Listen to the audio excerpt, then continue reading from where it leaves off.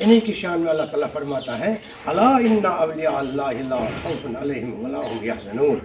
حضرت خواجہ محمد طاہر رفیق رحمۃ اللہ تعالیٰ علیہ، وہ بزرگ ترین شخصیت جنہوں نے حضرت محبوب العالم شیخ حمزہ مخدوم رحمۃ اللہ تعالیٰ علیہ کا غسل فرمایا اور نماز جنازہ بھی پڑھائی۔ اور آج ہم یکم ذی الحج 1444 ہجری ان کا عرس مبارک ہم عقیدت و احترام سے مناتے ہیں۔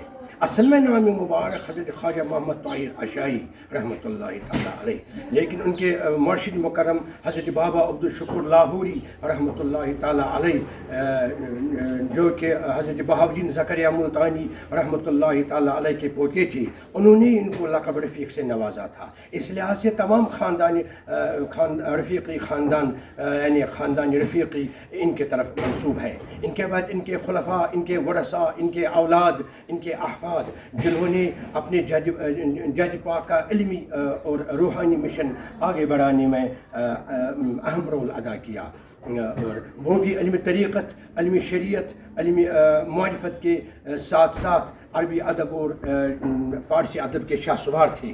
بالخصوص ان میں سے شرف الدین رفیقی، محمد طیب رفیقی، اماد الدین رفیقی، عبد الواسع رفیقی، ابو البقا رفیقی، خیر اللہ رفیقی قابل ذکر ہیں رحمۃ اللہ تعالیٰ علیہ اجمعین۔ وللہ در القائل، کسی نے کیا خوب فرمایا، بدھ شریف دین و طیب و واسع دین در دہر در خلافت جانشانی خواجہ محمد طاہر رفیق۔ دعا یہ ہے کہ اللہ تعالیٰ ہمیں بھی اپنے اسلافوں کے نقش قدم پر چلنے کی توفیق عطا فرمائے، آمین یا رب العالمین۔